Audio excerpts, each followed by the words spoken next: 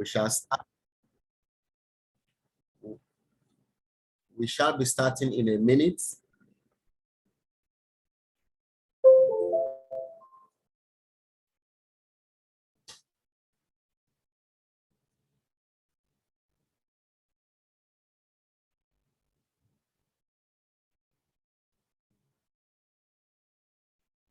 Okay, so welcome to this particular session. Our discussion is on the third. Okay, so our discussion is on the third part of the quarterly webinar. And this particular one says building and maintaining culture while scaling an organization. How do you ensure you continue to build and maintain the corporate culture in your organization while you're scaling and growing that particular organization? Our conversation today will center around things like aligning culture with the bottom line. How do you ensure that the things you do in your organization with respect to culture is aligned with the bottom line and is driving growth of the bottom line? To also be looking at how to thrive, how thriving cultures accelerate results within the organization. We shall look at case studies of some organizations and what they've done to accelerate results. And then we'll spend some time on culture assessment and alignment. And if possible, we'll share some free resources that you can use to drive culture within your organization. So that's our agenda today, and that is what we're going to cover. Please feel free to ask questions, but use the chat box. Use the chat box. If you have any questions to share, please use the chat box and type your question. Periodically, we shall stop and look at those questions and respond to them. At the end of the session, we'll still have some time to take detailed questions and discussions, Q&As, and perhaps case studies from your own organization if you want to share concerns, if you're currently on a culture journey, a culture transformation journey in your organization. This particular session is being hosted by LetsRead, which is an initiative of P4PE Institute. LetsRead is a daily book summary club that shares business, organizational, personal, career, professional books, summaries of these books that you can read within 6 minutes or less each morning, as the case may be. And it provides a platform for interaction, for discussion, for engagement during that particular time. P4P is an institute that is focused on business growth and results-oriented. We help organizations to grow, advance, and build as much as possible. And our HR transformation program assists organizations to transform their people, their talent, to ensure that these are in alignment with the organization. My name is Joel Omike. I am going to serve as the speaker for this particular session. I am a trusted advisor and the CEO of P4P Institute. I've been privileged to work with several executives in the past 21 years to help them to configure their organizations and also ensure that they are able to mine and get value from their institution. In this period, I've had about 7 careers and been involved in several consulting projects, a lot of them related to issues of culture, people, and strategy. I've also been privileged to co-host and build various institutions that continue to help professionals to advance their career. So our conversation will go straight into the first part. We shall be taking the first conversation that says aligning culture with the bottom line. Aligning culture with the bottom line. In this space, we are going to consider how companies can accelerate their progress as they move towards cultural alignment so that they can achieve the kind of results, the kind of benefit they plan to have at that point in time. But it would be nice to look at what the data says about culture in various areas. A survey was done recently of about 500 CEOs across the world. And it presented some very interesting information that helps us to link financial performance of any organization with the culture of that particular organization. In a particular group in that study, it was discovered that culture and strategy put people first. Okay? That if you're able to put people first in what you're doing, you are going to get the double of your revenue growth within your organization. We are going to look at how this was done, how those organizations achieved this success, and how you also may be able to replicate this kind of success within your own organization as you make progress. Now, how most companies are approaching culture and missing some crucial links. Remember, in recent times, in the past 2 years or thereabouts, the global world has been bedeviled by the corona virus. And following the pandemic, a lot of organizations are turning to alternative ways to work, to find ways that they could work and continue to deliver values. In the research that was done, about 82% of CEOs who were surveyed said they had focused on culture as a key priority over the past 3 years. And these particular institutions have achieved significant results in what they are doing because of their focus on culture. Now, they did so with various reasons. For one thing, they were trying to improve their financial performance. That is the most reason that they used. And the second reason is they were trying to increase employee engagement. So why did they use culture? They've noticed that culture has a direct connection to the performance of the organization, financially speaking. Culture has a direct connection to the employees' engagement, how employees felt, how excited employees were in those particular organizations. And this is something that they wanted to use as a way to drive cultural growth.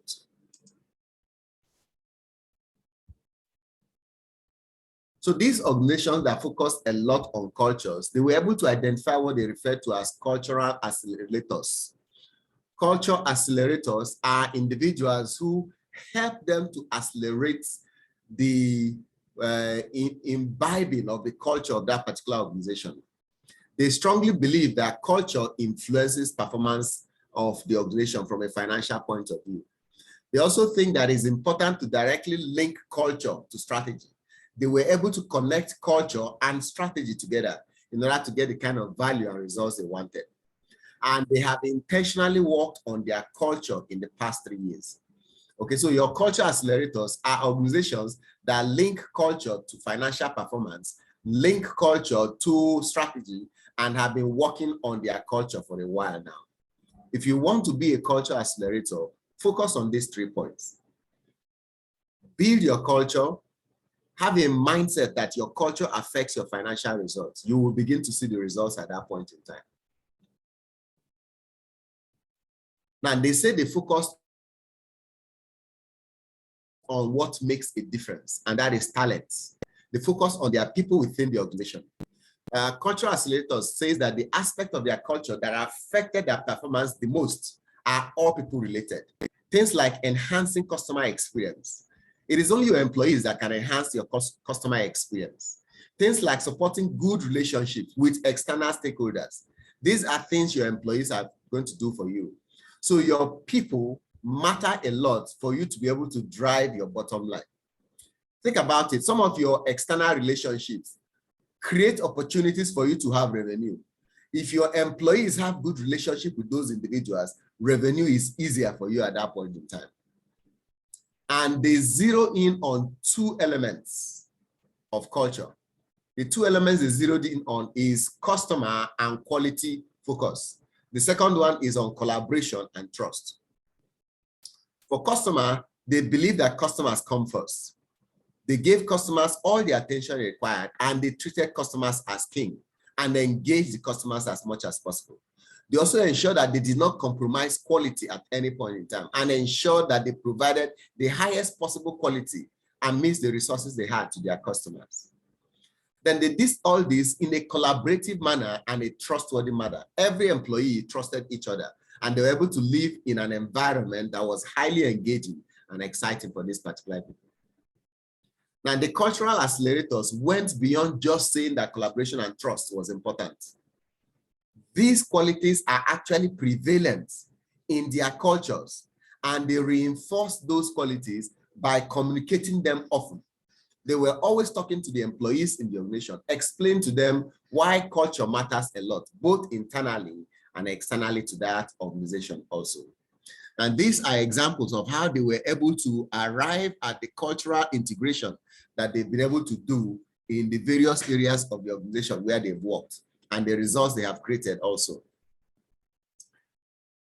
Another set of individuals within the organization on driving culture is what they call cultural connectors.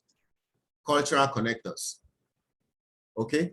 These particular people are leaders like executives, senior managers, GM, general managers, executive directors in the organization. They say that their employees are mostly or entirely engaged in applying the culture in their day-to-day work. So the culture of your organization, do every staff in your organization apply that culture on a day-to-day basis? Or is it the HR department that is driving the culture, always preaching the culture and trying to tell everybody to abide by it? If that is the way it is, you may not get the full value. You actually need your staff on their own to believe and drive culture as much as possible so that they can get the kind of results you want from cultural integration. So they focus on a clear, effective communication, both internally and externally. Nobody is in doubt of anything communicated in the organization. Take, for example, there's clarity of KPIs and job deliverable. Everybody understands the mission and the vision of the organization, not just about repeating it, not just about reading it, not just about saying it, as the case may be. They live it on a day-to-day basis. If the values of the organization is passion, you can see passion exuding in the employees on a daily basis. If the organization's value is dependability, each employee can be counted upon. Nobody is sly. Nobody is behaving shifty. Nobody is giving excuses for not doing the work. If the organization's value system is execution, everybody follows through and ensures that things are done. That is what it means to live the culture. In fact, it says that their people were going the extra mile to engage their people. These executives, not only did they focus on communication, they went the extra mile also to engage their team members and the employees in that particular organization. This way, they were able to deliver the kind of values they expected they will have delivered for the team members. Now, how do they broadly engage their people? So we'll say they engage their people. So how do they engage their people? How do you engage your people? If you want to engage your people to ensure that your people are always following your culture, they are doing what you've said that they should do so that you can have a culture alignment and get the kind of results you expect to get in your own cultural environment. How do you engage your people to ensure that this happens? There are several things you can do to engage your people to ensure that it happens as much as possible as you expect it to happen. And we're going to look at some of these and see how it has happened for these particular organizations. And this will help you to align and understand that clearly this is possible. This process of cultural alignment and cultural growth is possible. So how do they engage the employee? First, the employee link to how culture positively affects performance. They enable and enhance customer experience. They encourage people to put in effort beyond what is normal. That is, they encourage their staff to go extra mile. If the job has not been done by Friday, they encourage their people to come on Saturday. If the job has not been done at 4 p.m., they encourage their people to work late in order to address it. And it gets to a point where they don't even need to speak to the employees. The employees on their own follow through to ensure that the work gets done. There's also supporting good relationship with the external stakeholders. They work hand in hand with various stakeholders in order to achieve this. Second, they include employees at all levels. It is not only senior managers that are at the top. It is not only the executives in the organization. They were able to get everybody involved in driving for cultural alignment. And they showed appreciation and recognition. From time to time, they applauded their employees. They gave them recognition letters. They gave them gifts. They gave them awards, as the case may be. This way, the employees felt excited. They felt they belonged to something that was great. and they were encouraged to do more than they were doing. They challenged their employees at all levels to become accountable on how they live the culture and continue to deliver results within the organization that way. And this has resulted in superior performance for them in that particular organization. Communicating at scale. The third thing they did in order to engage their people is to communicate at scale. What does it mean to communicate at scale? It said communicate broad-wide, enterprise-wide, the entire organization. It's not enough for you to call executives to executive meeting. It's not enough for you to call managers to a meeting and then you finish talking to managers and expect the managers to transfer and share the same information you've shared with them to the rest of the organization with the same intensity, the same energy, the same passion you, the executive, held. It was not enough at that point in time. Rather, they held two-way dialogues with employees at all levels. They had opened up policies and invited employees for one-on-one conversation. As they speak to employees, they also ask employees to provide feedback and speak to them also. CEOs were being personally committed. CEOs were going from department to department on an informal basis, stopping by to have conversations with people and encouraging them to understand where they are going to. They conducted what is called sentiment analysis of communication. What does it mean what does sentiment analysis mean? That is, when they finish communicating something, it's like as an organization, you announce something that is either nice or not nice. Perhaps you've announced that you're going to be a cut down in benefits of employee. That's an example of something that is not nice. So they did sentiment analysis. They went down to find out how employees felt about that announcement. They ran an analysis, a survey to find out how did you feel about that communication. When they announced something that was nice, for example, they ran promotions. For example, they brought out some benefits. They introduced something that was new. They also went down to find out how employees felt. What is the climate of the organization after that announcement? So that's what is called sentiment analysis of your communication. And they hold large-scale conversation. Some organizations call it village meeting. Village meetings are ways where you can bring your executives together and have fantastic conversations with them on what is going on. You bring your team members together. So the CEO, the directors, they engage with those employees and hear from them what is happening in the field. And the executives also shares with them the dream, the vision of the organization and how they're actualizing that particular vision at that point in time. So clearly, culture connectors are leaders that live the culture. So again, ask yourself, who are your culture connectors in your organization? Who in your organization is linking culture to performance? Who in your organization is including everybody at various levels in communications that is going on? And who ensures that communications, feedback on communications are received and analyzed so I can make adjustments where necessary at that point in time. Now, how do you build a thriving culture today? There are 4 principles of what you can do in order to build a culture that is thriving today. The first principle of what you can do to build a culture that is thriving today is what we refer to as purposeful leadership. The second one is personal change. Then the third is broad engagement. Broad engagement. The fourth is systematic analysis. Systematic analysis. And systematic analysis refers to what the organization can do at that point in time to ensure that the system is in alignment. So let's look at purposeful leadership.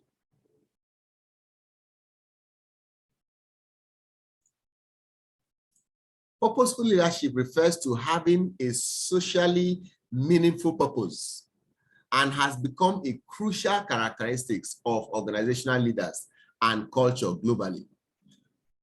Purposeful leadership is meaningful purpose behind why we're doing what we're doing. It requires the executives to be inclusive. Inclusion means that not only do you welcome various diversity in your organization, you pay attention to opinions, to views. You use people's views and opinions in order to guide your decision within the organization. You lead with influence instead of authority. So instead of you saying that, look, I am empty, or I am ED, or I am chairman. You do not mention your title at all. Instead, you focus on your personality, the fact that you believe in the dream. So instead of telling people, well, as the MD, this is what I have to say, you simply say, as a believer of the dream of the organization, this is what I have to say. You see, there are two different things. Talk about the vision, the direction of the organization. Don't talk about your position. Talking about your position distance you away from the realities of what is happening in the organization. You also have to adapt your leadership style, your leadership approach. By adapting your leadership style in such a way that it enables the organization to be able to understand that you really care for them. The way you have engagement with senior executives are not the way you're going to have engagement with lower employees in the organization. The way you have engagement with elderly ones in the organization is not the same way you're going to engage with the younger ones in the organization. Assuming you're going to have a village meeting with the Generation Y in your organization, the treats you're going to serve, the drinks you will serve, the snacks you will serve, the food you will serve is not the same thing you will serve when you're meeting senior people in the organization who are elderly. You will not serve the same drink. You will not serve the same food. You will not have the same jokes with those particular individuals because the personalities are different. So you must adapt your leadership approach. Then foster collaboration also in such a way that you are involving many people in the decision process and you act on your belief that culture is a key driver of your financial performance. Culture drives performance, financial performance. The second way for you to build a thriving culture within your organization is to look at personal change. As a leader, you should build a leadership team of cultural accelerators and cultural connectors. We've spoken about accelerators and connectors. Accelerators are those who believe in the organizational culture and are living that particular culture. While connectors are the people who connect employees via communication, via the standards and the way they do their things within the organization. And that way they're able to deliver as much value as possible. I want to come to the pharmacy. Where is Abiba? Huh? Yes. You also have to shift your mindset and make the links between culture and financial performance. You must be able to link the two. You must also be a role model for culture transformation and encourage other leaders to do the same thing. And then once employees see how leaders change their own mindset, they will be more likely to follow suit because we are leading by example. So personal change is required for you to change the culture of your organization. Now let's look at broad alignment. So as CEOs seek to help their organization thrive in the current hybrid, fast-changing environment, a thriving culture will be the best way to be able to achieve this. Now, broad engagement. Ensure employees at all levels of the organization are appreciated. Do not show appreciation only to the high performers. The fact that I am still a staff in the organization, that I have not resigned yet, is enough reason for you to recognize me and thank me for still being here, for still believing in the dream of the organization. So as executives, at every point in time, even if it is the janitor, even if it is the office assistant, the drivers, anyone you meet anywhere, learn to behave like Obama. Spend 1 minute or two engaging that individual and asking the person how the person is doing. How is his work going? How is he enjoying the organization? What would he like to see differently in the organization? Those small pep talks you have with everybody endears them to you, endears them to the organization, and all of them are passionately committed to your organization. Now, the more energetic you communicate at executive levels, you are able to share the culture and you spread the momentum. You give people the capacity, the energy, the drive, the excitement to do great things in the organization. All leaders that do this will benefit making more use of these tactics as they continue to generate more results. Finally, in building and a thriving culture, you also have to have what we call system alignment. Ensure that your talent development and review processes, onboarding, training include ways in order to push the culture into the organization. and make them understand that it drives financial performance. What do we mean by this?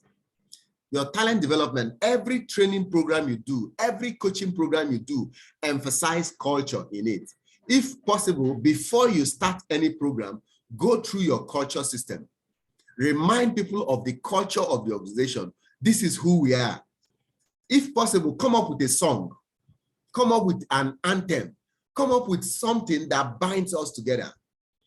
There's a particular organization that, as a rule, once they go for training, every employee gets to receive a gift that is related to their culture, which has the branding of their culture. So if you get to attend a training program like 4 times in a year, you get 4 gifts. An example, in the first training, you get a t-shirt. That t-shirt has the cultural slogan and the cultural logo on it. The next time you come, perhaps you get a traveling bag, a backpack, as the case may be, and it has the culture also written around it, as the case may be. Next time you come, you get a face cap. The interesting thing is that each time you come, there is a symbol that reminds you of what we are pursuing at that point in time. And it then makes you to commit and engage beyond normal. No wonder everybody in that organization is looking forward to the next training they are going to attend, as the case may be. So become most effective by using things like the balance scorecard. When you're doing your reviews, include financial performance and culture in your balance scorecard. So when you're measuring the performance of the organization, don't just measure finance. Don't just measure revenue, profitability, cost savings, customer satisfaction, customer loyalty, turnaround time. Measure culture, because culture drives the bottom line of the organization.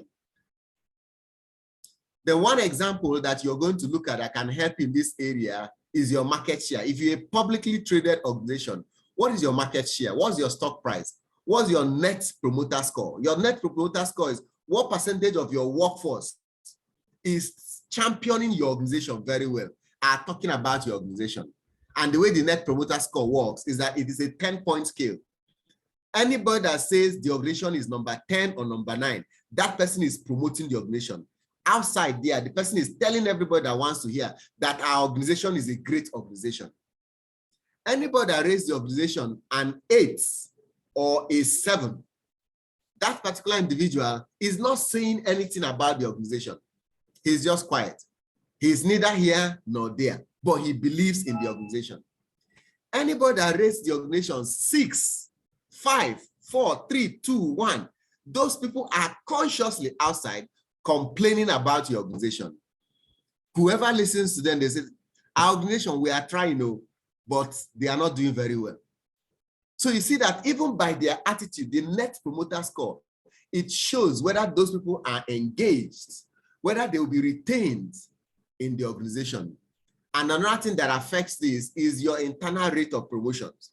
When there's a vacancy at the top in the organization, do you go outside to recruit people and put them in that position? What is wrong with promoting people from under and promoting them to those positions? By promoting those people upwards to those particular positions, they get the feeling that management believes in them, management trusts them, management is giving them an opportunity for growth, and they become very loyal, very engaged, and they drive for more results. Unlike when you have new employees, when they get into the organization, their first thought is to take a position and settle down in that particular place, and then ensure that what has been promised them, that they actually get it at that point in time in the organization. But unlike the old employee who understands your culture, understands the system very well, once you promote and move that person upwards, the person feels engaged and excited and is able to deliver all the values that you will expect at that point in time. Okay?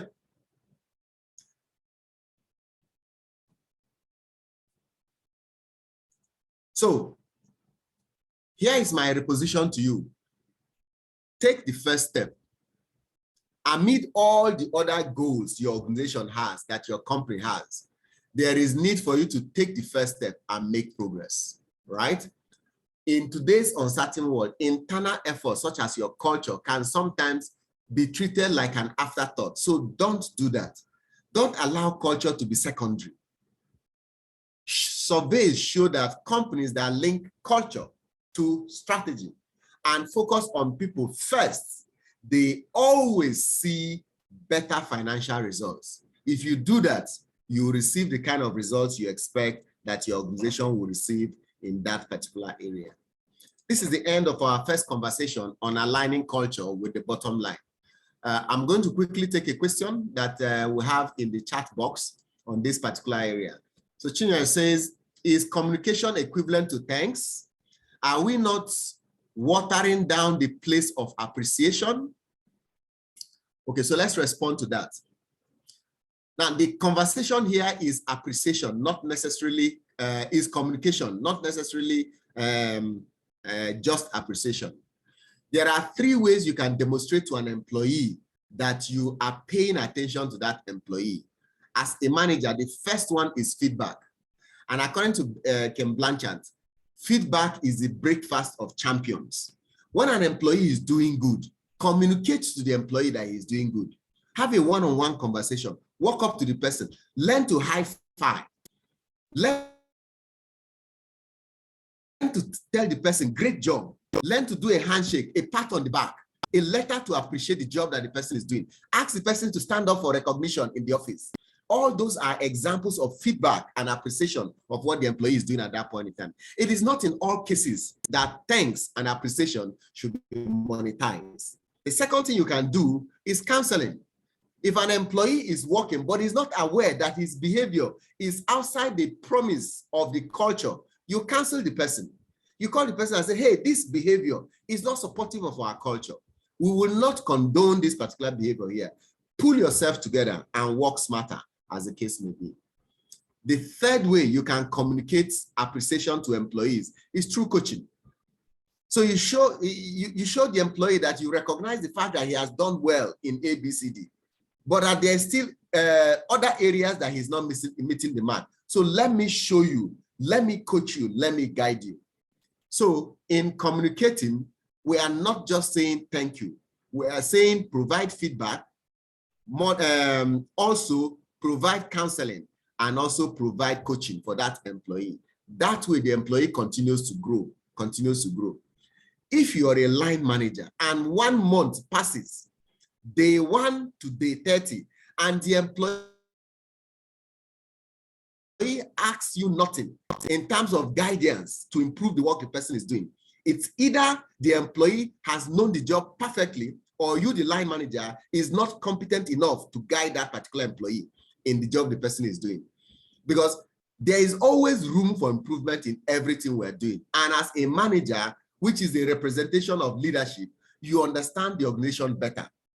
So you should always provide insight and guidance to your team members. Thanks, Chinaya. So let's go to our second conversation, thriving cultures that accelerate results. Thriving cultures that accelerate results. Any other questions, please share it, and we'll definitely take a look at it. Now, I need you to pay attention to this second conversation. This second conversation makes a lot of difference as we're going to be looking at some case studies. Thriving cultures that accelerate performance. How do companies accelerate their performance? How can they push their performance forward? To have this conversation, I'd like to take you down to a conversation with a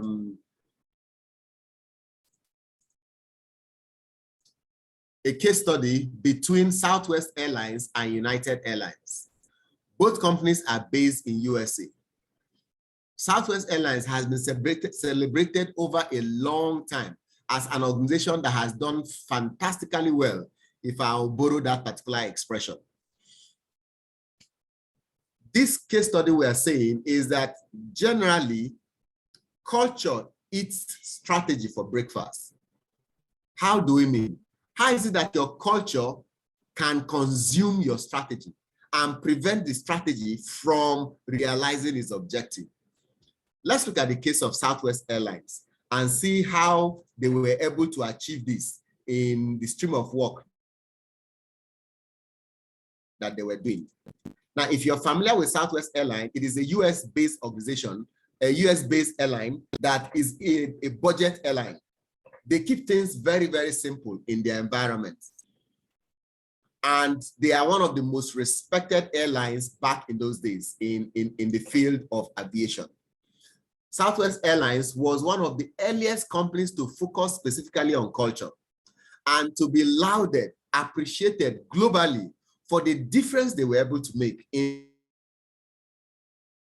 their performance from a cultural point of view. Their CEO then, Herb Keller, never believed that discipline, okay? He believed that there was need for us to continue working regularly. He believed that the discipline necessary to run an on-time airline with fantastic service was different. He never believed so, that it was different from culture or from treating people in a family way. He believed that people make the difference. In fact, in one of his speeches, he said that their people come first. And when you look at their infrastructure, look at their customers, look at their employees, that their employees are number one to them. That if they treat their employees well and make their employees happy, their employees in turn are going to make their customers happy. Their employees in turn are going to manage their assets well that will produce results in the organization. So he said that a company is stronger if it is bound by love rather than fear. You know, some organizations, the executives lead there by fear. Once you enter the MD's office, you fold your hand, you're careful, so you don't say anything wrong. Sometimes you're stammering, as the case may be, okay? So a statement on which he later expanded by saying that we still believe that we are in the business of people. We are in the people business. It is our people that make the culture so strong. Our people serve our customers as if they are guests in their own houses. And that's exactly what he has said in this particular area, emphasizing the fact that culture has worked a lot in that area. Now, in a word, Southwest Airlines culture is authentic, and people feel it as a result of the commitment they bring to it. Southwest Airlines has achieved, guess what? 47 years of consecutive profits, year in, year out, profit for 47 years. With all the recession, all the economic problems in various areas, they have never missed a profit year accordingly, because of the fantastic way they have driven their culture. On the other hand, TED is an airline, a subsidiary of United Airlines. So United Airlines decided to copy Southwest Airlines in 2003. United Airlines decided to pursue a similar strategy as Southwest Airlines. They started low-cost, point-to-point strategy and launched TED, which is a new division for them. Now, TED launched with all the fanfare. They invited people, they invited celebrities, they invited musicians. They made a lot of noise on TED. Then towards the end of that particular year, flight attendants had been trained to deliver a more light-hearted experience than the normal way United Airlines was doing their work. So it made a look and feel was assembled to capture 2 vacation markets at that point in time. So that is one of the things they did back then. They copied what Southwest Airlines was doing, thinking that if they do that, they will be able to gain the results that Southwest Airlines was getting, and they can replicate that particular result also at that point in time. But let's see what the story says. However, after 6 years, guess what? Remember Southwest Airlines, for 47 years, they've been on it. And for that 47 years, they were making profits. But TED, United Airlines, after 6 years, they shut TED down. Why? What was missing from their strategy was a culture that could actually deliver on that strategy. Southwest Airlines offered customers an experience that was rooted on accountability, customer focus, teamwork, agility, turnaround time, quick turnaround time. United Airlines, on the other hand, offered their customers rule-based services, centralized structure, and change that was fatigue, that is causing resistance. So regularly, although it was a new franchise, customers were complaining every day. And those complaints weared out all the smile and good service from employees. Employees got tired of the complaints of the customers in that organization.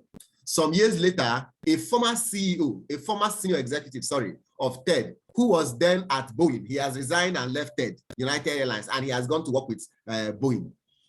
He said in an interview that they had with him, he said that the company had reverse engineered pretty much everything that they saw in Southwest Airlines. They copied everything that they saw in Southwest Airlines. Even how they do ticketing, they copied everything. The only thing, the one thing they had badly missed that they didn't copy very well was simply that they did not have the leadership and culture of Southwest Airlines. You see why we said that leadership and culture makes the difference to the success of the organization at any point in time. An organization can be successful or can fail at that point. This is why we have said that culture eats strategy for breakfast. Culture is that shark that eats strategy for breakfast. Now, how do we mean that culture eats strategy for breakfast? So if you look at this particular jaws of culture, you can see the jaws of culture. Here is TED strategy, point-to-point, low-cost, dedicated fleet. That's what they brought to the market. That's the strategy they brought into the market. But their culture started eating it, that resulted in low results. What is that culture? They had cultural barriers, multiple unaligned cultures. Different departments had different cultures. Different airports had different cultures. If you go to Abuja, the culture at Abuja, the staff at Abuja is different from the culture in Lagos. You go to Denver, the culture is different from the culture at Texas. So that difference in culture were all unaligned. So when they brought the strategy, they couldn't focus on that particular strategy. Two, there were silos. Their cultures were in silos. Their team members were working in silos. Finance and HR were not talking to themselves. Admin is not talking to production. Marketing is not talking to sales. Sales is not talking to production. So everybody was working in silos. There was tough war. They were all fighting to protect their territory, as the case may be. And there's a lot of self-interest. People were selfish. There was resistance to change. They were focused on rules. And there was a lot of stress for their staff and burnouts. Each day, employees were going home tired. Coming back the following day to work was a drag. So all that juice, all that energy, all that fanfare when they launched TED had been eaten by this particular cultural barrier. They also lacked collaboration and openness. They were not open in their conversations. Sometimes when they come to meetings, they cannot speak freely. But if you go to Southwest Airlines, even the cleaner during the meetings can raise his hand and say, CEO, please, I have a point to make. But in TED, even the senior manager cannot raise his hand and speak. Trust and accountability was gone. There was no trust, no accountability. They were not coaching, they were not providing feedback, there was no appreciation. There were no customer centricism in that particular environment. So they lost that completely at that point in time. That's an example of where culture eats up your strategy and then ends up leaving you with nothing. So what was the use of your strategic planning session? When you finish going for that particular session, you come back to an environment that the culture is toxic, and that particular culture will destroy and erode all the value you have in that place. In other words, what Southwest did do and TED did not do was to ensure that its culture was fully aligned with its strategy. I'm going to emphasize on that so you can understand my point at this place. So we said that what Southwest Airlines did and the other people did not do, okay, is that they were able to emphasize and they worked on their culture and align the culture with strategy. However, TED did not do it. This alignment between culture and strategy and the correlation with your strong financial result was highlighted in the earlier survey that I discussed, that we mentioned when we started this particular session. In the first topic of our conversation, when we looked at, in our conversation, when we looked at aligning culture with the bottom line, we discovered that culture drives financial performance. Here again, that we are discussing thriving cultures that accelerate performance. We have seen case studies where their focus on culture resulted in accelerated performance. CEOs who saw culture as an important driver of financial performance thought it was important for them to align their cultures with their performance. Okay, they also ensured that their strategies were made it possible for them to be able to achieve this level of results as much as possible, so that they can do the best they can at that point in time. Okay. So they succeeded more often in their culture shaping goals and had higher revenue growth, higher performance, higher results than others had at that point in time in their organization. And this is what we're emphasizing when we said CEOs needed to focus on culture in order to achieve results. Now, what is the connection between strategy? What is the connection between strategy, culture, and the connection in the organization? We are going to see how to align these ones together, and we shall take them one by one. And then you see how, by paying attention to the culture of the organization, you can align things together. And there are 4 elements, 4 things you need to align. These 4 things, when they are properly aligned, it will create the kind of results you expect to have within your organization at that point in time. All 4 must be in alignment. All 4 must be in alignment.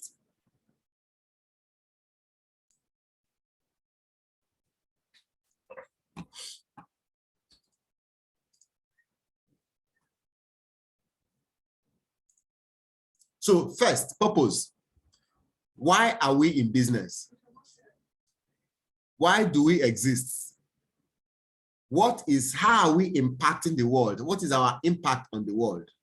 The purpose of your organization, AKA your mission of your organization, is very critical in driving the culture of the organization. The second one is your strategy. Your strategy is your business direction. Where are you taking the organization to? What's the strategy? What's the vision? What's the mission? What are the value propositions that customers are following, employees are following? What is your competitive advantage in the market?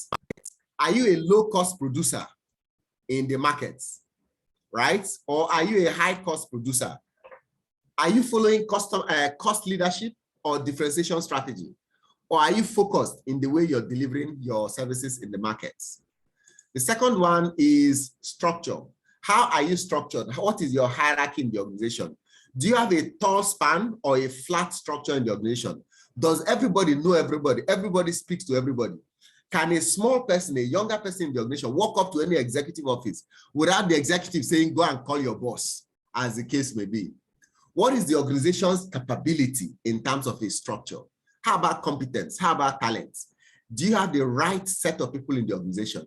Do you have the right quantity of talented individuals in the organization? Have they been developed with the right competencies? Are they empowered to do a great job in the organization? Are they engaged and want to do a great job in the organization?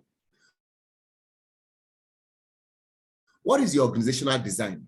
How are you structured? Are you structured functionally or project-based or a matrix organization? Are you structured based on your product lines or structured based on your subsidiaries or structured based on your brand or even structured based on your regions?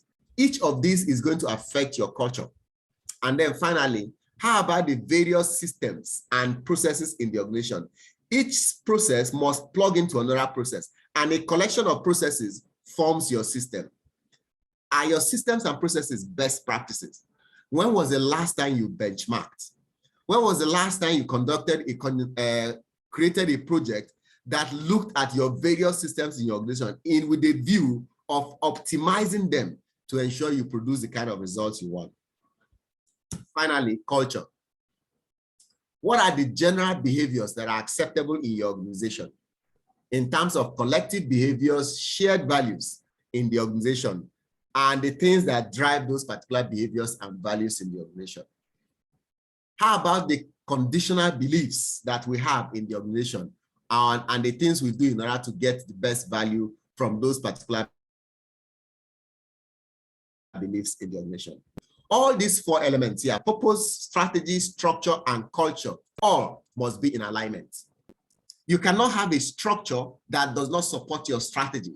Neither can you have a strategy that is not driving the purpose of the organization, or have a culture that is at tangent with your strategy. All must work together hand in hand. And once you put these particular things in place, you will be able to get the kind of results you expect to have in your organization. And then you rejoice that you are able to have delivered. You've been able to deliver what you promised your stakeholders that you are going to deliver in the organization. Let's drill further a little bit on this and see how we can use it to create alignment and to drive further results for the organization. So the broader work shows that when the alignment is deep and real, this alignment we've just went through, these 4 areas, when it is broad and deep, it creates a rich, nourishing ground for your culture to thrive. Specifically because they are all linked to your strategic goals.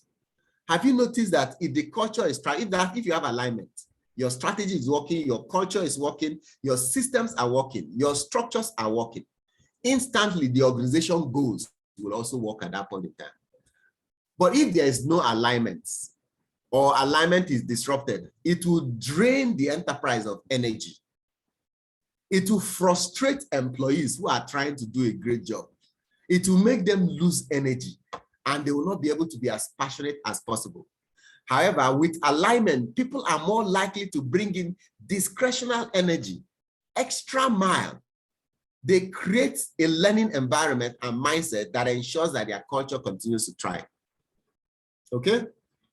Assuming you've gone to Disney Park or you've gone to any of the coffee shops in Starbucks, or you've gone to an Apple store, what was the experience? When you picked that beautiful device and looked at it, how did your mind go, right? These brands have come to represent what all of us know as intentionality, distinctively human, and they are very successful in the way they've driven their business from a cultural point of view, as the case may be. Now, at the heart of any successful enterprise, you need a cultural launchpad. So we've been saying a lot so far. How do we ensure that you launch your culture so that you're able to get the value you want from it? So at the heart of your success, you need a cultural launchpad that you can use to execute better and faster than competitors. And culture is the primary enabler of execution.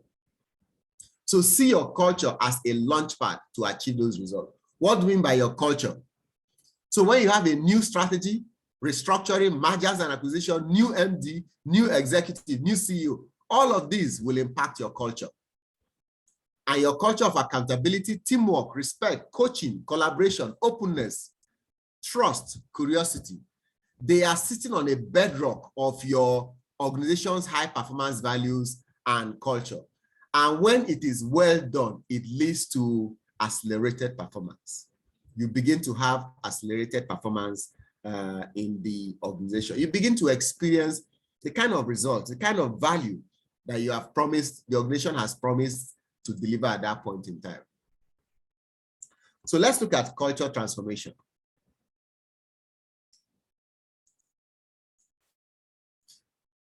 Thriving cultures are always aligned with strategy and are also central to helping companies to move forward.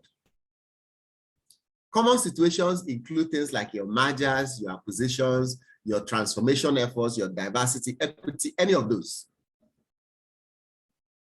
Any major transformation exercise that you have would always create crisis response in organizations if there is no planned strategic shifts. So it requires a good culture for you to be able to douse that particular energy or that problem in the organization at that point in time. So let's look at case studies. We're going to look at some organizational case studies that has thrived, that has delivered superior results from the way we expect them to have gone at that point in time. I'm going to share with you about 7 case studies of various organizations that have delivered on their culture. So you can appreciate the fact that this thing is possible. If your organization focuses on doing it, they can get the value they want from it at that point in time. Let's look at the first organization, NL. So NL vision was the digitalization of the electricity grid. NL is an energy giant somewhere in Russia, and they were trying to ensure that to a large extent that they were able to digitalize all the power grid across that particular country, as the case may be. Since utilities are inherently risk inclined, all right? And then they are very careful with those particular utilities. The CEO then sponsored an employee contest that is called My Greatest Failure, which helped to shift the mindset of everybody and their behaviors from a comfort zone to them taking risk. Because that helped them to notice that, the organization appreciates the fact that risk is possible. That risk is possible, and that particular risk that is possible will then help them to be able to take greater risk and help the organization to advance and to thrive at that point in time in various areas. The second organization that we notice that use their culture in order to deliver results is HBR, Harvard Business Review. According to them, the failure rate of mergers and acquisition is more than 70%. Is more than 70%, as the case may be. That means out of every 10 mergers and acquisition, only 1 to 3 are successful. And the reason for the failure is a lack of a compatible culture or their inability to integrate very well as much as possible, right? So cultures that clash have created problems for them and made it difficult for them to achieve the kind of results they expected to achieve in the things they were doing. It affected them as much as possible, and they were not able to deliver as much on it. All the best revenue models, synergy, strategy planning before that particular time always pale away because we are not able to achieve the cultural integration that we expected that we'll have achieved at that point in time. And so it affects the organization, and the organization loses value. The organization is not able to deliver the value it expected it will have delivered at that point in time. So you see, when we say that culture eats strategy for breakfast, this is an example. Imagine the kind of planning and activity that goes into a strategy session. Yet, that merger and acquisition is always a failure in most cases, in most environments. They are not able to produce as much results as they expected that they will have produced at that point in time because of the way things have gone. So it emphasizes the fact that there is need for us to pay attention to culture and ensure that we're able to get the right results from it at that point in time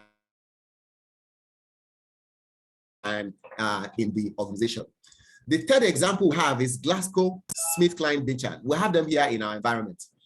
And for them, the leaders recognized that they were dealing with multiple cultures when about 14 different organizations came together to form what is called GlaxoSmithKline. GSK now has an enterprise-wide engagement team that was formed quickly under a common platform. And it helped them to connect with common languages with the same way that they do and the things that they do in the organization, because they were able to quickly integrate those things and ensure that they got value from it.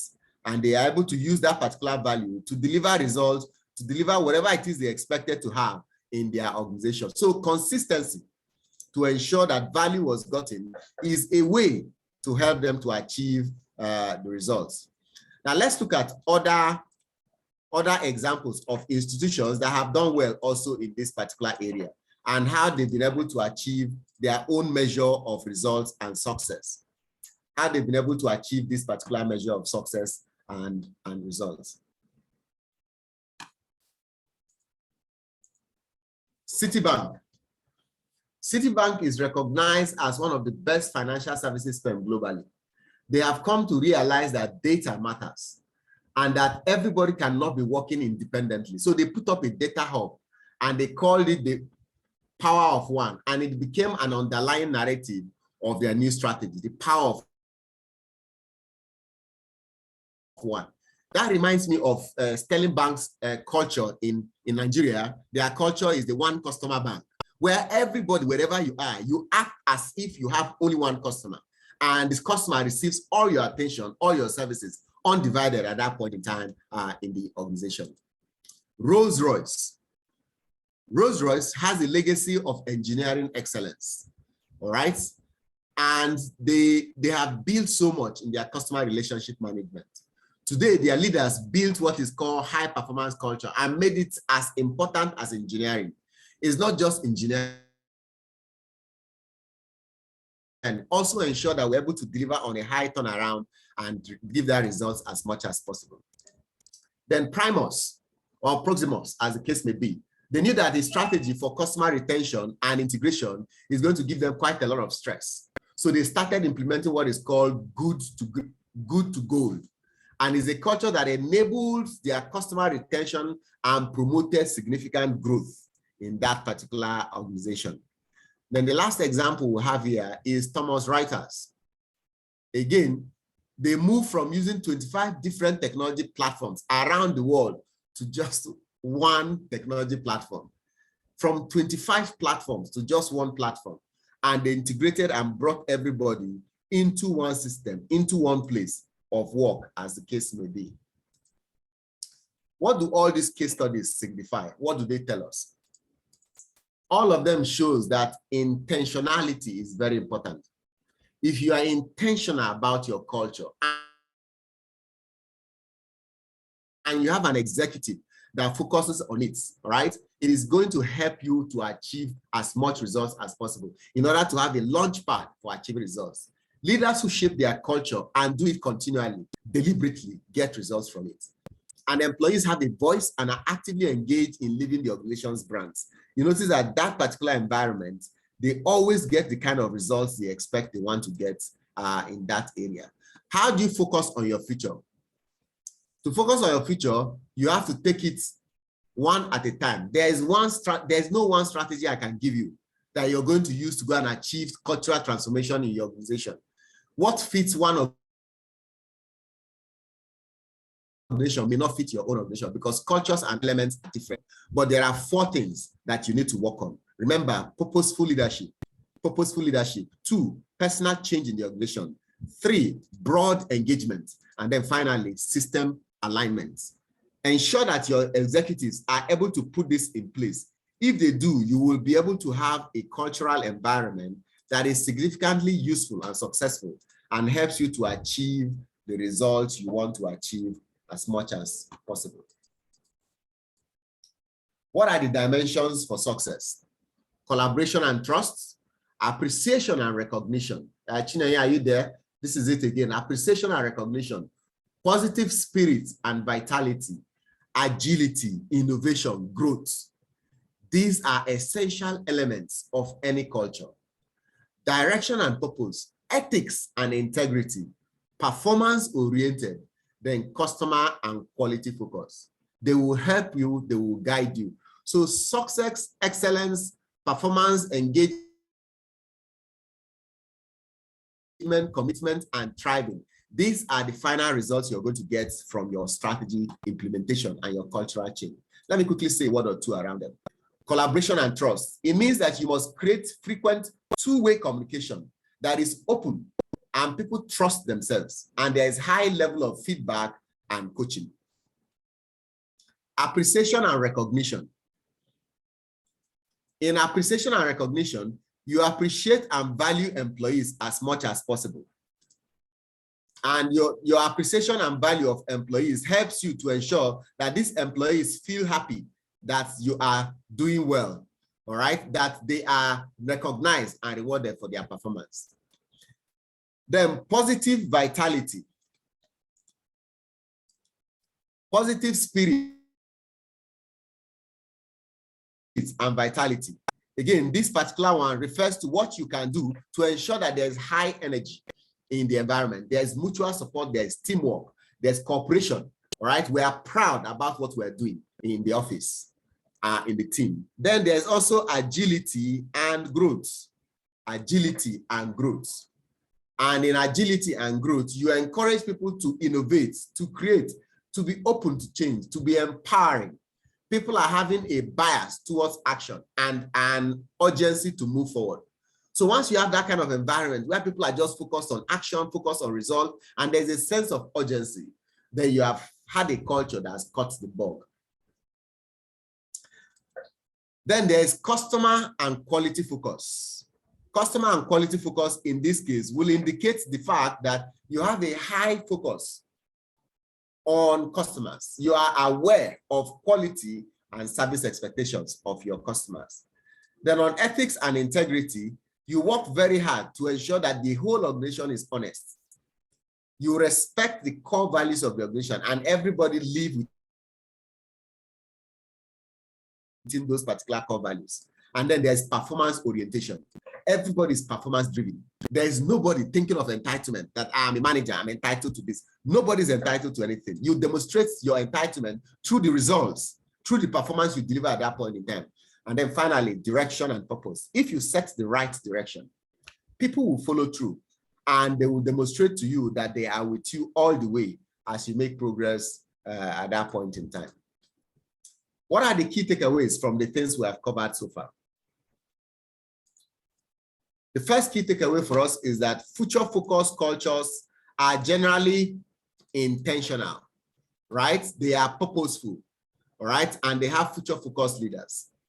2, structure, strategy, culture, they must all align and put people first in what they are doing for you to get the results that you want from it. 3, culture must be intentional, right? And it must be shaped in order to accelerate the future direction of the organization. And then finally, foundational to all the things we have mentioned are the principles, all right, of cultural strategies that ensures you continue to thrive and drive growth in the organization. Here are some reflections. I have some 5 questions for you to consider in this particular area. 5 questions I want you to consider on the things we have said thus far.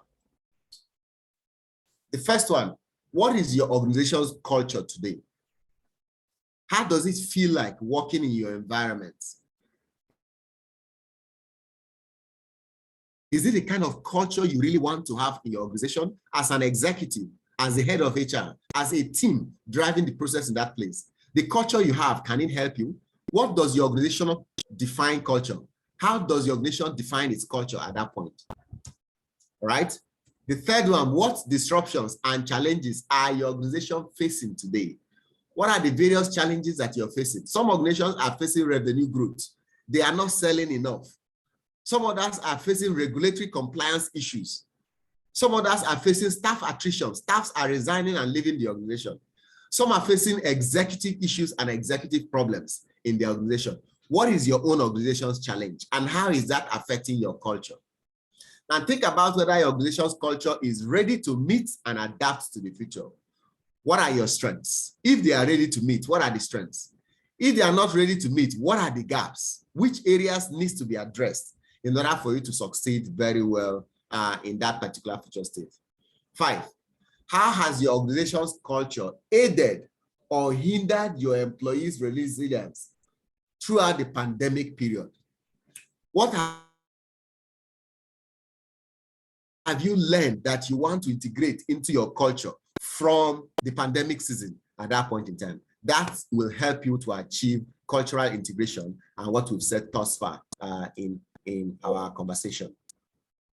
Okay, so that's to bring to an end our conversation on the second theme on thriving cultures and how those thriving cultures can help you to accelerate performance. In this discussion, we have seen case studies of various organizations and how those particular organizations have helped in order to achieve the results that they've been looking at. We'll now turn our attention to the third one, which is cultural assignment, assessment, and alignments. Well, let's see if we have a quick questions in the chat box. Okay, thank you. So there are some questions. Let's go to the chat box. So Chinaya says, what are the practical fundamental levers of these high-performing organizations? And we mentioned a lot of them.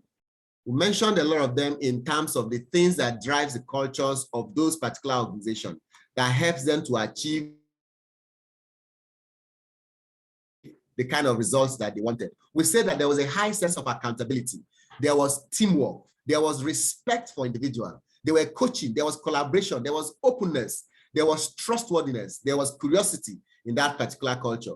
And then the examples that we gave, we spoke about collective habits. We spoke about the things that can erode their culture.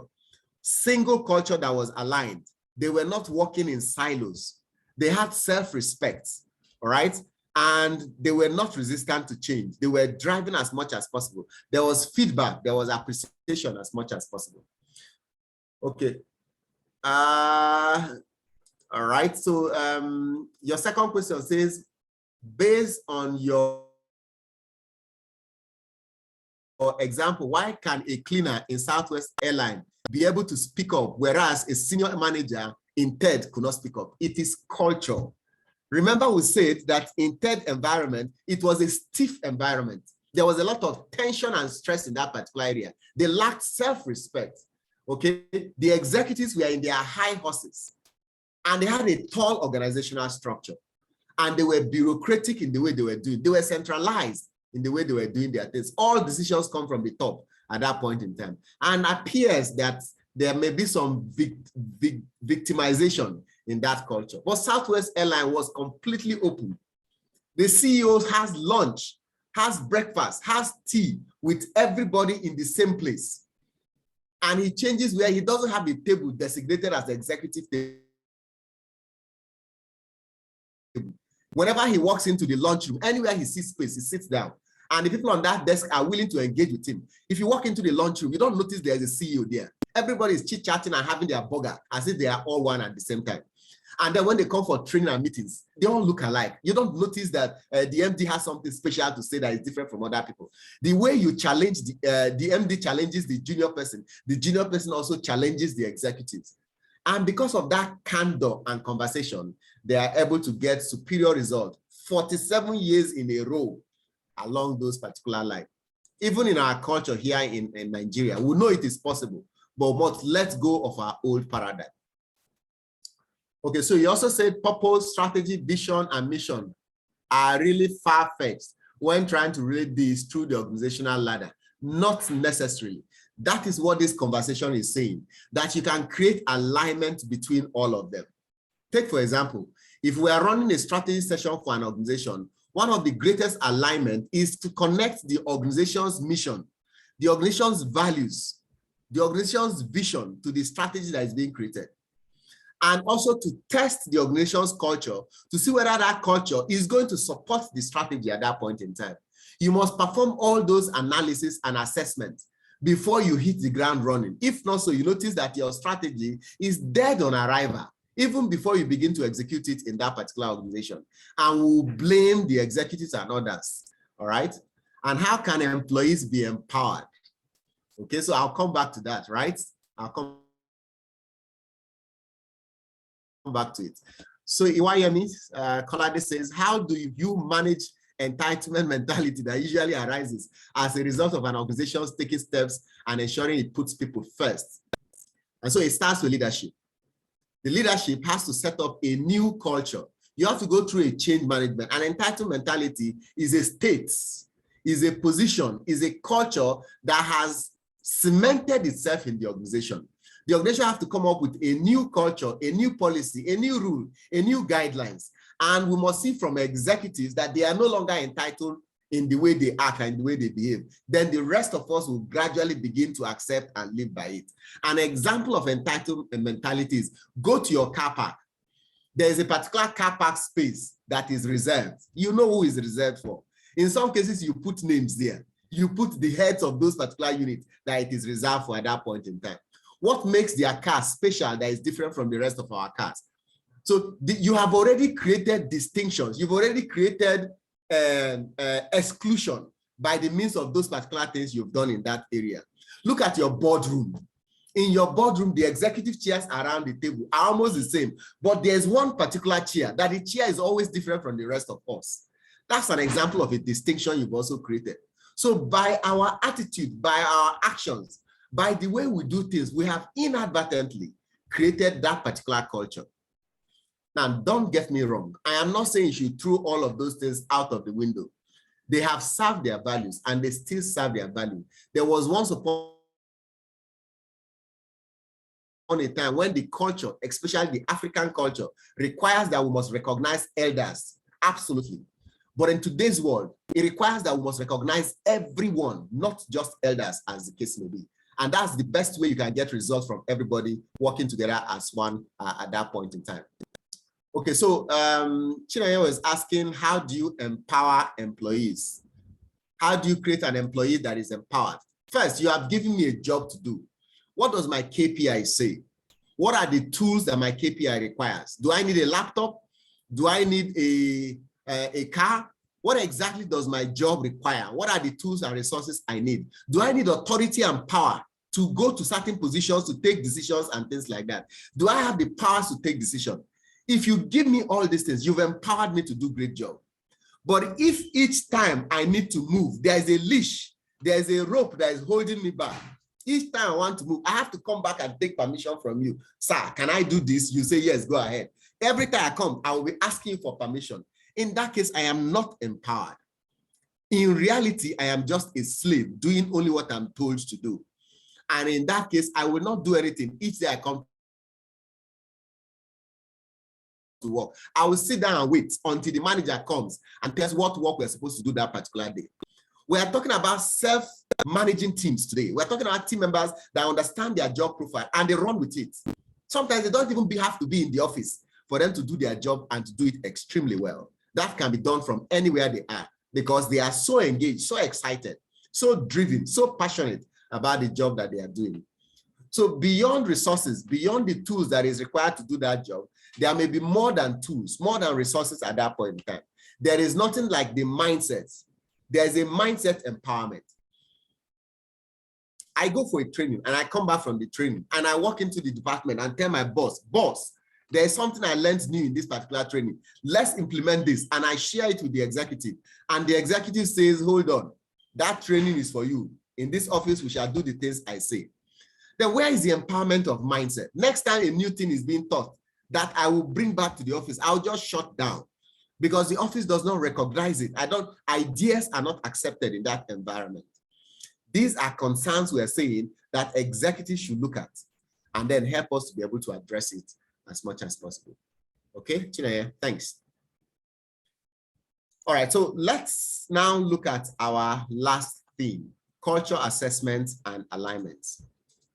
Our last theme, culture assessment and alignment, before we wrap up our conversation today.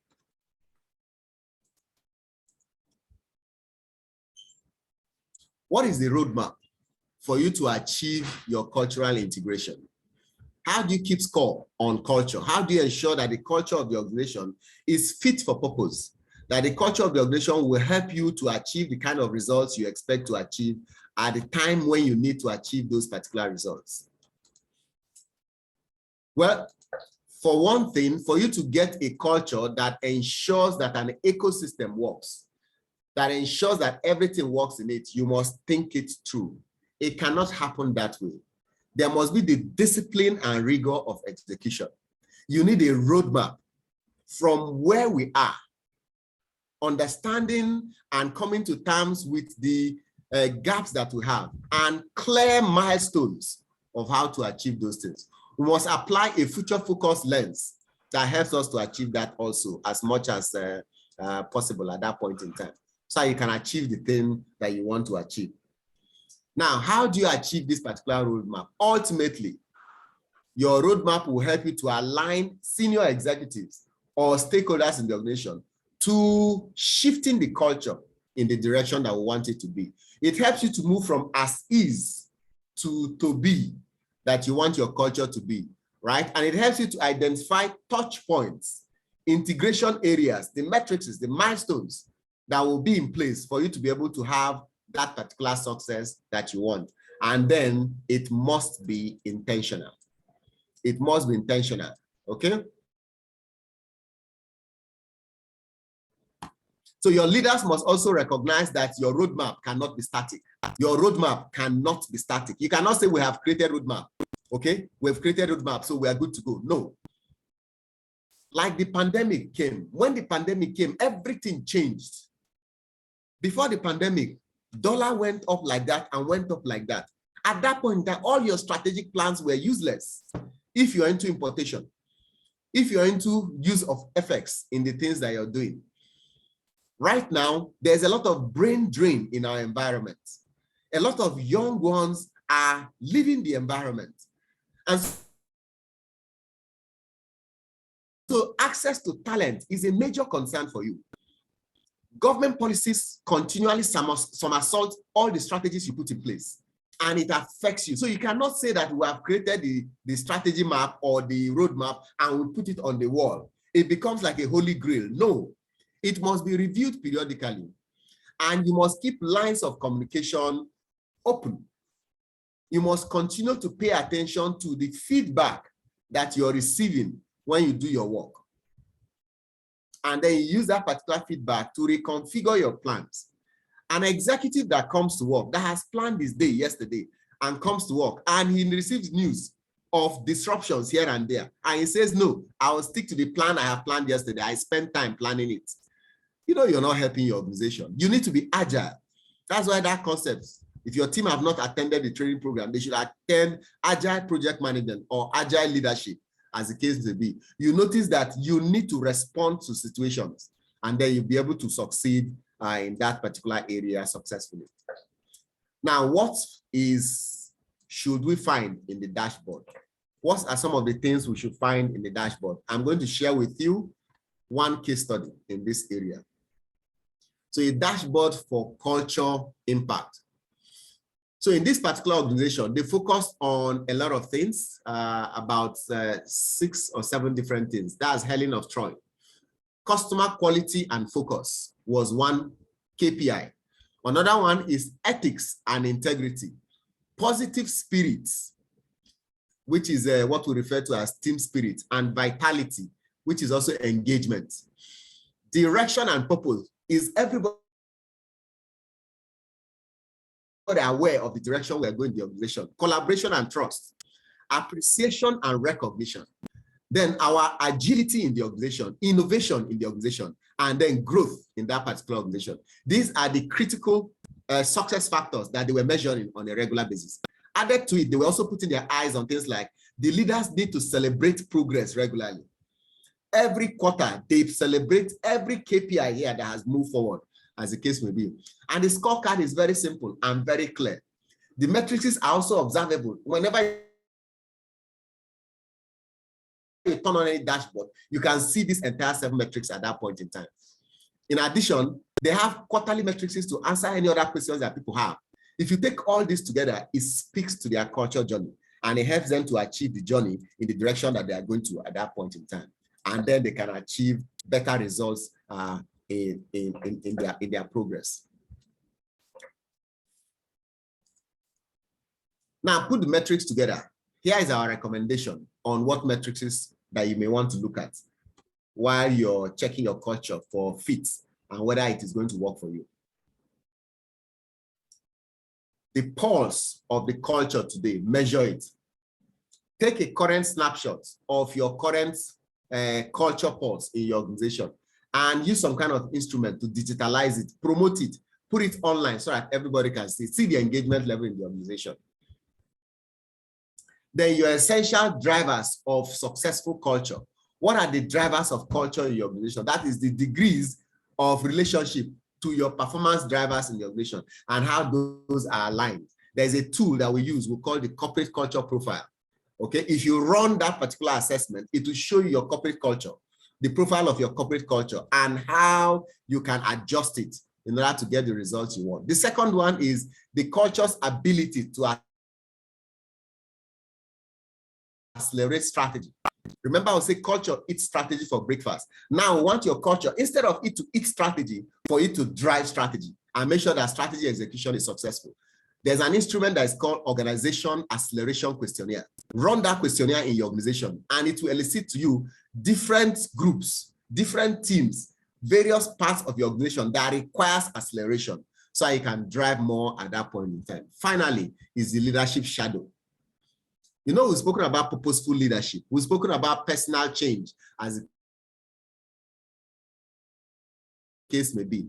Success or failure of this particular cultural program rises and falls on the intention or intentionality of your leaders. So there's an assessment for leaders also, the Leadership Acceleration Questionnaire. It looks at the leaders themselves and sees which areas the leaders need attention to help them to grow and to develop and to make advancement in those areas so that they can succeed as much as possible. If you are able to do this, you will get the kind of result you want from your culture. Now, in assessing your culture, you must balance risk, right? There are two sides to your cultural balance. One side is to mitigate risk. The other side is to maximize your people and achieve the most return on that particular place. How do you mitigate risk? We've spoken a lot about it, communication. Communicate often, communicate well. Change your communication style to fit your organization. Two is your decision-making process. How are decisions made? Are you centralized with decisions, or are you decentralized with decisions?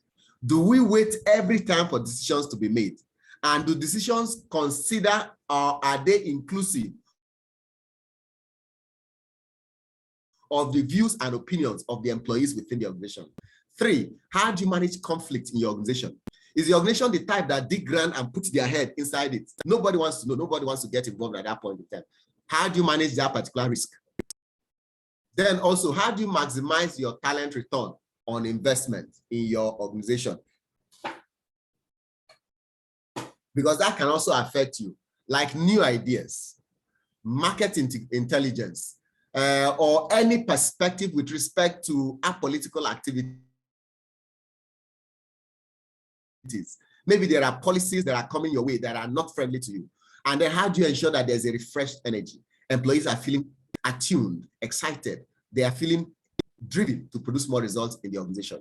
These are ways you can access the risk in your culture and balance it with the reward you're getting at that point in time from your cultural integration. Now, there are different ways you can make this thing to happen, all right? We recommend you use the Denison's cultural model. And this particular model captures culture very well. When you run a culture assessment, this is what your report will look like. It will look at how adaptable the culture is, how involved the culture is in terms of driving commitment, engagement, ownership, responsibility. It also looks at issues of consistency. Is our system, our structures, our processes, are they consistent?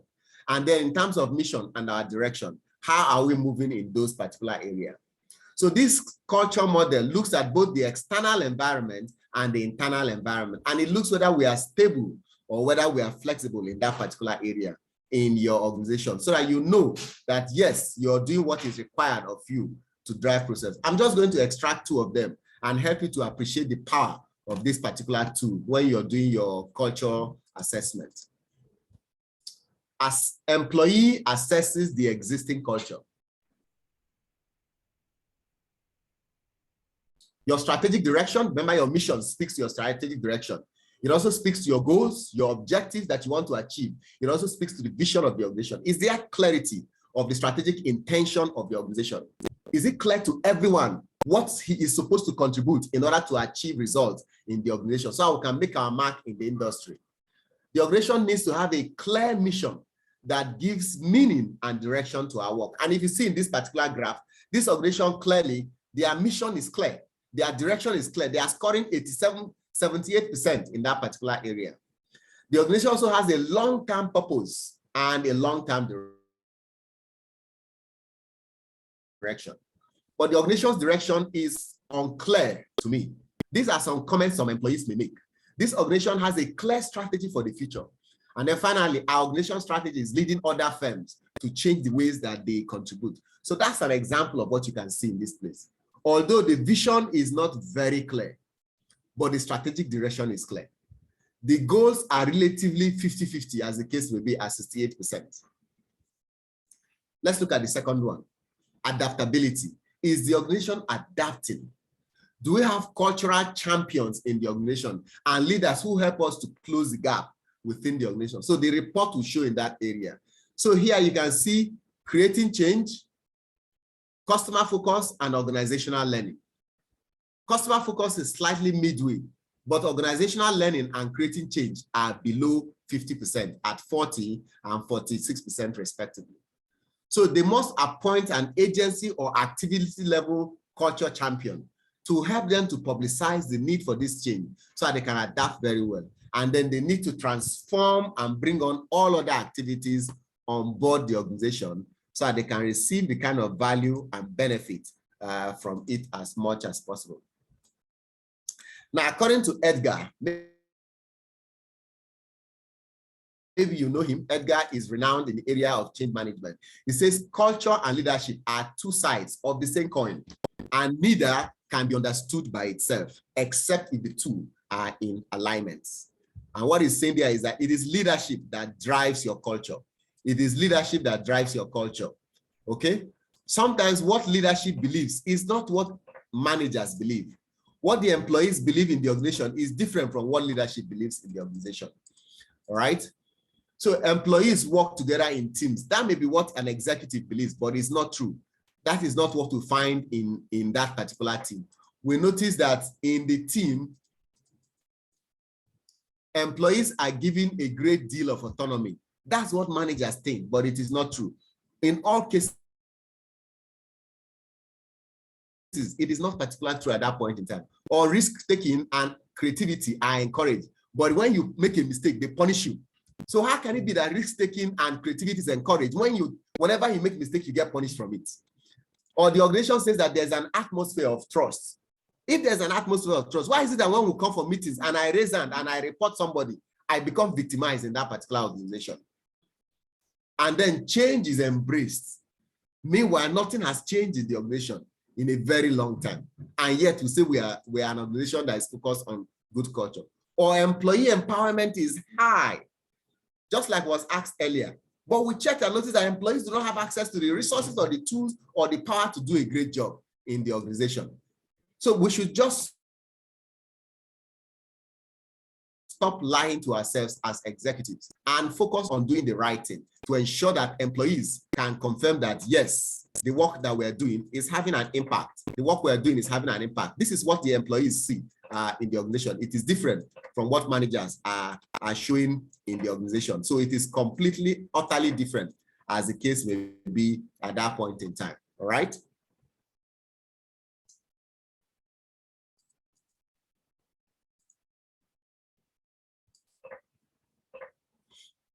Now, according to Gandhi says that when it comes to establishing or changing a culture, the leader sets the tone. The leader sets the tone. So as we wrap up, our conversation, let's look at how we at P4P Institutes, all right, how we approach our assessment of culture. When it comes to cultural assessment, this is the way we assess culture. First, there's organizational cultural dashboard. You focus on group interviews, you run group interviews, you send messages, you audit branding, PR, etc., external benchmarks, and survey results. Then you also conduct individual and group assessments, one-on-one, emotional intelligence, cultural intelligence, all right? And you also conduct individual behavioral interview. This will help you to understand the way the individuals and groups operate in the organization. Then we identify key cultural issues and possible recommendations in order to close the gaps, either cultural gaps, skill gaps, and then focus on how executives can coach their team members in order to produce results within this area. There are different tools you can use, but one of the major tools in the market is the change as a process.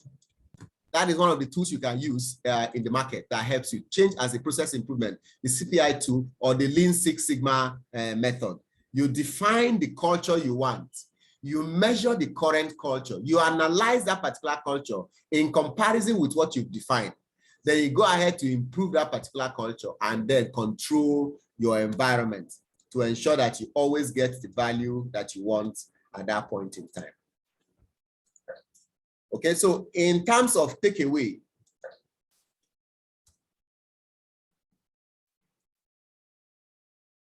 you must put an action plan in place. And here is a 7-point action plan that you can put in place. Set clear core values, communicate these core values to employees across wide everywhere. Your values and customer services must be implemented. Market your core values, update your job descriptions, develop and implement those core values, and develop metrics that you can use to track those particular core values at that point in time. What's our takeaway from this conversation? In general, an organization's case for cultural change can affect the organization. So you must measure and look at the KPI as much as possible to see that all is working well within that particular space. All right. Then cultural metrics must include tangible and intangible areas of human capital impact, right? Other psychological safety effects, employees feel welcomed in the organization. You must decide the culture baseline from you're going to build upon, and below that baseline is unacceptable. Then on a monthly basis, have a pulse check. See how the employees and people are doing in the organization so you can deliver as much value as possible within the organization. Reflection, again, questions to ask yourself. Considering your organization's case for culture, which metrics matter to you today? What human capital metrics will be most relevant for you? And how do you track them? How do you drive them? How would you rate the degree of psychological safety that staff have working in your organization?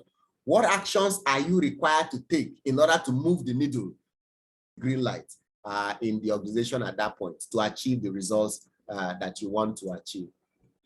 So moving these assessments to change management, you must value all the processes we have mentioned so far and ensure you're able to implement them as much as possible so you can clearly achieve the results finally, like what we have said down the line. Okay, so summarizing what we have said, have we met your expectations in terms of the objective of this particular program? Did we meet your expectation? We said we're going to create a clear understanding of what culture is and what culture is not. That you're going to have an understanding of what culture is through the various departments that you have, and then a vision of the ideal culture and how you can achieve that particular culture in various areas. I hope we've been able to clearly define those particular expectations. At this juncture, I will take any questions that we have that has not been answered.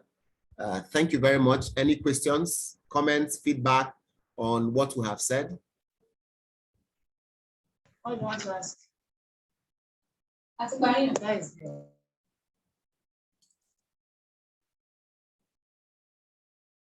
Beautiful. Thank you. Thank you so much. Yes, thank you. Any questions, you can type it in the chat box and we shall take it while I summarize. Somewhere next week on Tuesday, we'll have another very important webinar. And this particular one is focused on strategy planning. As the year draws to an end, every organization is beginning to plan its strategic activities for 2022. How do you help the organization to plan and facilitate their strategy sessions? How do you focus on board retreats, corporate strategy retreats, and functional business retreats? Join us in this session. You will discover how it is done, how retreats are managed, how you can document the outcome of those retreats, and how you can drive implementation of these retreats down the line also. Okay? So Chinaya is asking, won't there be survey fatigue? No, there will not be survey fatigue. The interesting thing is that when you start doing culture, you don't do all of them at the same time. Remember, the leadership survey is only going to leaders.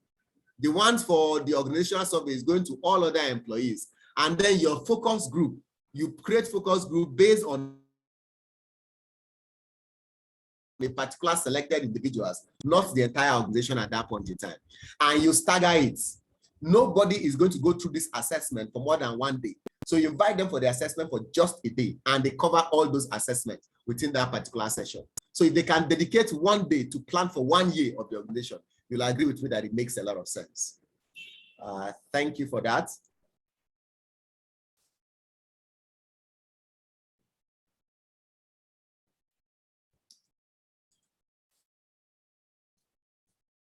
So this particular webinar has been sponsored by LetsRead, and LetsRead is a online book summaries club that allows you to read a book, a full book, summarized in its content in such a way that you can cover it in six minutes or thereabout. And if you commit the time to it, technically every month, if you join us, you'll be able to read a book or 20 books in a month, as the case may be.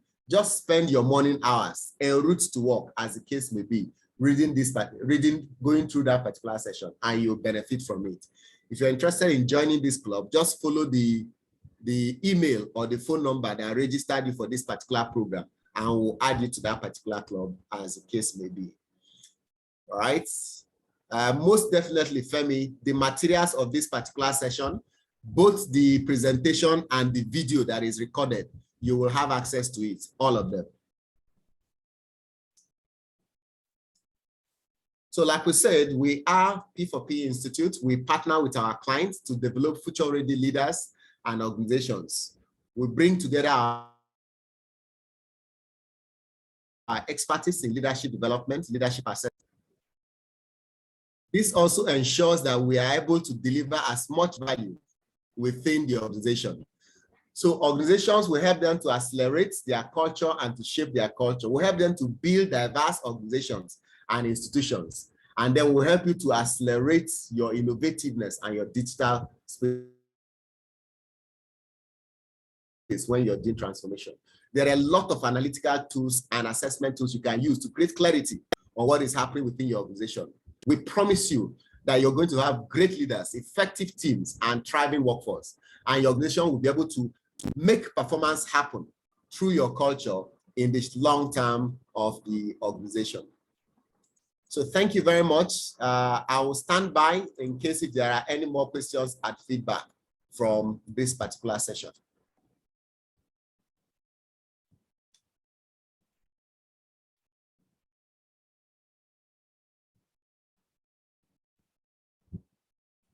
Thank you, Foma. Thank you very much. Thank you so much. Thank you, Florence, Chinayan. Thank you for being here. Femi, thanks a lot for the inputs. Olivia, fantastic session. Thank you very much.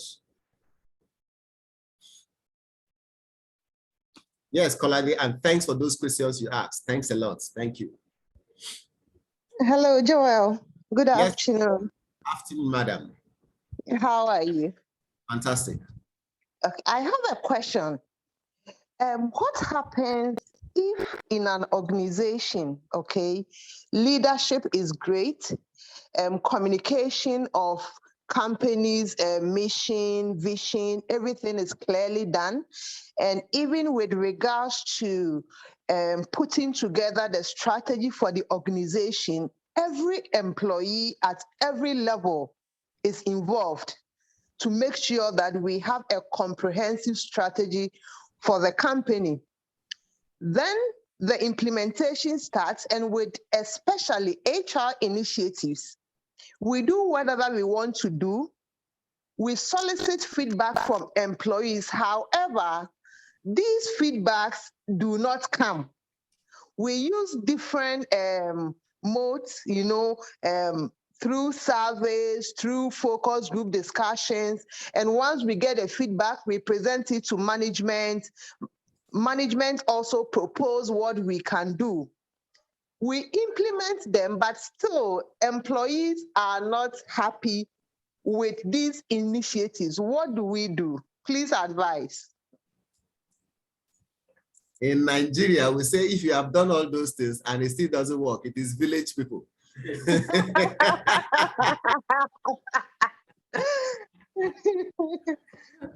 But beyond that, it also shows that there are silent voices. There are underlying issues and concerns that have not been fundamentally answered.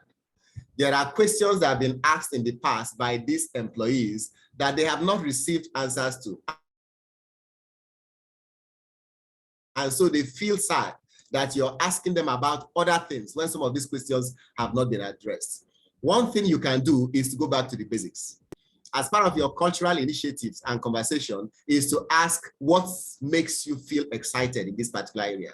So you're looking at your engagement. Look at the employees and ask them run engagement surveys, which are slightly different from your cultural assessment and cultural surveys. Engagements are about the employee and the way they feel that they have been treated and managed within the organization. Engagement looks at the employee's career, looks at the employee's benefits programs, looks at the employee's line management or line leadership, looks at the employee's team members, colleagues he's working with, looks at the work environment that he is at, looks at promises that have been made to him, whether they've been fulfilled or not. By the time you look at this very carefully, you will find out what makes the employee excited or what doesn't make him excited. Another thing you may consider is to look at your team members. Do a personality assessment of your people. You may discover that you have a set of people that is the way they think, that is the way they are. They are generally quiet and silent individuals. There are certain cultures and certain environments where people from there are generally quiet. So when we have conversations, we ask questions, we ask them, do you understand? Do you agree? They say, yes, they agree. But when it is time to implement for us to get results, you notice that they are not pulling their weights properly. And that is because the way you asked, do you agree, was asked in such a way for you to get the answer you wanted to get. So it is best for you to engage. And remember, engagement is not just once. Imagine if you lose the trust or confidence of somebody. You won't expect that you walk up to the person and tell him, sorry, I'm sorry for what I've done. So let's get back together, all is well. And all will be well immediately. Even if the person accepts that he has forgiven you at that point in time, it will take a while before the same energy, the same engagement comes back at that point in time. So look at legacy. Look at the history of the organization and see if there are certain things fundamentally that has not been addressed. And the beauty of your culture survey is that it will extract it. It will pick it up. Use some of the tools we have described in our conversation today in your next surveys and use it to mine those particular areas. Then try to do well-meaning village meetings. Not village meetings where you discuss strategy. Village meetings are not for strategy. Village meetings are to discuss family problems, issues we have in the office, issues we have with our work, issues we have with our career, and encourage people to speak. If you know one or two people who have already shared something silently with you, encourage them to share it in that village meeting. When they share it in that village meeting, it will encourage other silent voices to also share their own at that point in time. Over time, we say culture is a journey. Over time, you'll be able to build the success you build. Southwest Airlines we use as an example. For 47 years, they were on that particular journey. Sterling Bank we mentioned on the issue of culture. For the past 12 years, if not longer, Sterling Bank is still on the journey of one customer bank, and they are still trying to make that work as much as possible. See how long it took GT Bank to be the culture and brand they are today within themselves, within that particular environment. So it's not going to happen overnight, especially if you're a relatively new organization. You need to continue building and building until you get exactly what you need. Thank you. Thank you so much, Joel. Thank you. Thank you. All right. Beautiful. I think our time is well spent today. So feel free, if you have any questions, queries, or you want to contact us, you can reach us at the number on the screen or the email on the screen, and we'll be happy to respond with additional information to guide you on your culture journey. Thank you, and you have a wonderful weekend ahead.